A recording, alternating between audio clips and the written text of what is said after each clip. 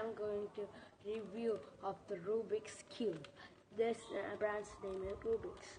This is a good Rubik. I think it's a good, for beginners it's a good Rubik's Cube. Look, the corner cutting, yeah, good, still good. Yeah, little stuck. And good. Look, the corner cutting. I'm gonna do the corner cutting. Look, it's a little stuck. But it's still good for beginners. I like it. The price of it like $5, something like that. I forgot it. Indian rupees is like 500. Look,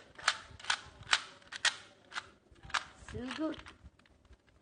Okay, please comment, share, subscribe for this channel.